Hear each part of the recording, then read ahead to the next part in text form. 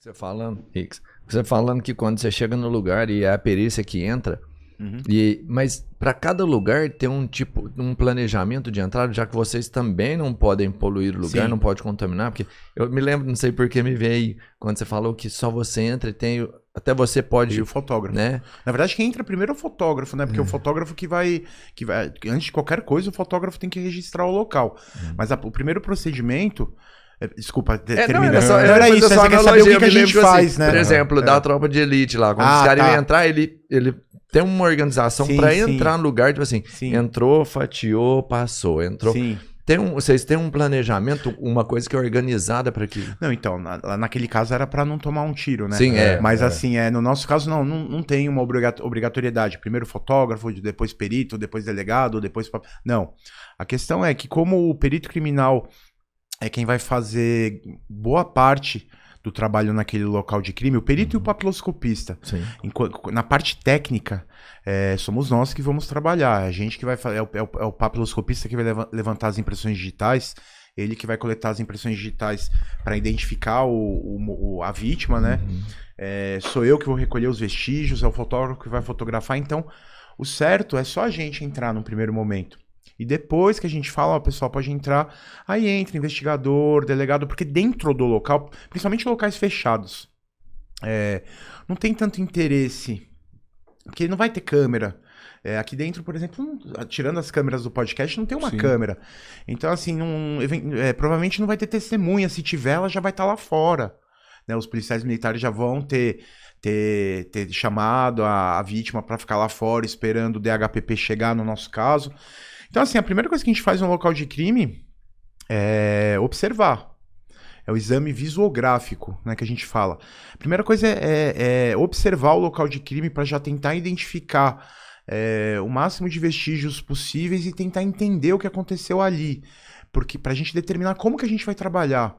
Se a gente vai começar no cadáver e depois vai para os outros vestígios. Se a gente vai começar nos outros vestígios e depois vai para o cadáver. Porque dependendo do local, é mais interessante começar pelo cadáver. Por exemplo, uma pessoa morta no meio da rua. Quanto antes a gente liberar aquele cadáver, primeiro que vai evitar toda a comoção e a exposição, vai diminuir pelo menos, vai evitar que o cadáver fique ali no sol e que adiante o estado putrefativo. Vai evitar que vestígios se percam, porque esse corpo vai para o IML, ele ainda vai passar por necrópsia. Então, assim, o quão mais preservado ele chegar no IML, melhor. Então, dependendo, um local no meio da rua, no meio da Avenida Paulista, meio-dia. Eu vou primeiro no cadáver para o IML levar o quanto antes embora. Agora, se é dentro de um local fechado, digamos assim, digamos que fosse só isso aqui. E aí tem um cadáver aqui, tem sangue, tem estojo, tem projétil, tem um buraco na parede, né? Embate de projétil na parede. Eu vou começar pelos vestígios, porque até para eu chegar no cadáver eu vou ter que pisar no sangue, vou chutar vestígios, entendeu? Então aí no caso eu começo pelos vestígios. Sim. Então assim, a primeira coisa é observar. A partir do momento que a gente, vai ser assim e tal, o fotógrafo, pelo menos os fotógrafos do DHPP, não preciso nem falar nada. Eles já saem tirando as fotos, eu sei que eles sabem o que estão fazendo. Você tá no modo automático já. Não, é que assim, eu sei que eles são bons. Também, entendeu? Assim, claro. a gente tem fotógrafos excelentes. Tem a Thelma, tem a Aline. Vocês viram a experiência dela, né? Demais. Então, Cara, assim, é incrível, já né? vinha de outras coisas. A Thelma, 28, acho que agora fez 28 anos só nisso. Entendeu? Então, assim, ela é altamente especializada e os fotógrafos são muito competentes. Então, não preciso falar nada. Eventualmente, eu pergunto, alguma coisa um pouquinho diferente, assim, eu preciso de uma foto nesse ângulo aqui. Aí eu falo, você tirou aquela? Geralmente tirou. Tanta confiança, assim, no trabalho deles que eu praticamente não anoto nada. Você falou um negócio eu faço tudo a maior parte do laudo eu faço pelas fotos, olhando as fotos. Porque eu não demoro para fazer os laudos, né? Então, assim, também não é um negócio que eu já esqueci completamente. E muito também pelo histórico do BO. Essa é a vantagem nesse ponto da gente trabalhar junto com o delegado. Porque o delegado tá lá no local e eu tô falando as coisas para ele. O que eu já posso concluir, eu já vou falando, doutor, pela posição aqui do cadáver, posição do sangue, posição dos estojos, posição da perfuração, o cara tava ali. Então, assim, é possível que ele tenha corrido para lá. Então, vamos procurar câmeras para lá. Então, e eu vou falando pra ele as lesões, pra eles, né, que nós temos, são 5 delegados na equipe no GEACRIM, né, que é a equipe de plantão do DHPP, da Divisão de Homicídios. Eu vou falando, doutor, tem um ferimento pérfuro contuso aqui, que é tiro, né, o tipo do ferimento do tiro. Tem um ferimento pérfuro inciso ali, que seria uma facada. E ele vai anotando e vai pro histórico do BO. E aí ele vai anotar a roupa que o cadáver estava usando, as tatuagens que ele estava usando.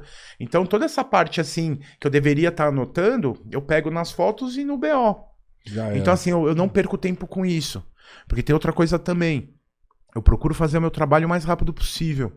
Não no sentido de apressar, mas no sentido de que, primeiro, o tempo que passa é a verdade que foge. Isso é uma frase clássica. Então, assim, quanto mais rápido eu coletar as coisas que são frágeis, eu liberar o cadáver para o IML, melhor, mais chance para a gente descobrir alguma coisa. E por outro lado também, tentar evitar problemas. Porque você imagina... Problemas de segurança mesmo.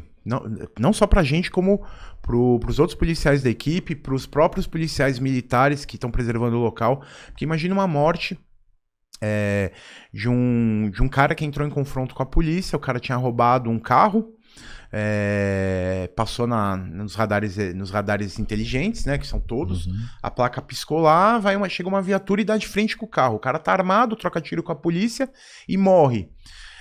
Digamos que isso aí é perto de onde ele mora e se ele morar num lugar perigoso, vai estar lá. Revolta lá. É um negócio que a gente chama, pode virar a favela, o que a gente fala. Então, assim, a nossa ideia é fazer o trabalho o mais rápido possível, completíssimo, porém, sem ficar enrolando muito, entendeu? Sem ficar trocando ideia, sem ficar trocando muita ideia, falando besteira, sabe? Então, vamos fazer o trabalho rápido.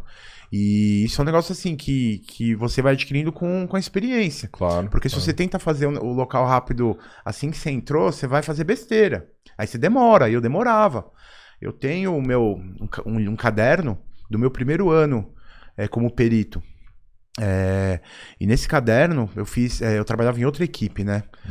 Não sei se a gente já falou sobre isso, mas no DHPP a gente faz os homicídios de autoria desconhecida. Sim.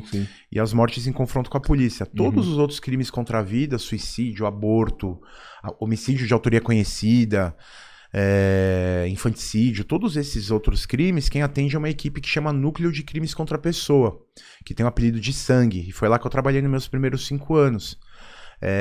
Então nesse caderno eu tenho se não me engano são 396 locais que eu fiz no meu primeiro ano. Só no primeiro ano. Nossa, cara. E eu fiquei 5 lá. Eu fiquei 5 lá. Então só lá é em volta de 1.500. Nossa. E eu tenho esse caderno, aí tá num lugar muito fácil, assim. Então às vezes quando eu vou pra tirar uma foto pra mostrar nos stories e tal, eu olho, nossa, eu anotava muita coisa. Coisas que hoje eu sei que não precisa. Entendeu? O que eu preciso saber é aonde estavam os vestígios, que tipo de vestígios eles eram. Quando eu vejo uma mancha de sangue, saber qual que é o tipo dessa mancha de sangue, o que provavelmente produziu essa mancha de sangue, se é um gotejamento estático, é um gotejamento parado, se é um gotejamento andando, em que direção, se sei lá, qualquer outro tipo de mancha, assim, são essas coisas que eu preciso saber. E essas coisas eu consigo ver pelas fotos, e o resto, quer dizer, o resto não, né, mas assim, as partes meio de praxe, tipo, descrever a roupa do cadáver, falar qual era a cor da pele dele, o sexo, né, se é homem ou se é mulher, tudo isso daí tá no BO. Então, assim, hoje em dia é muito foto e muito histórico do BO. Mas é assim...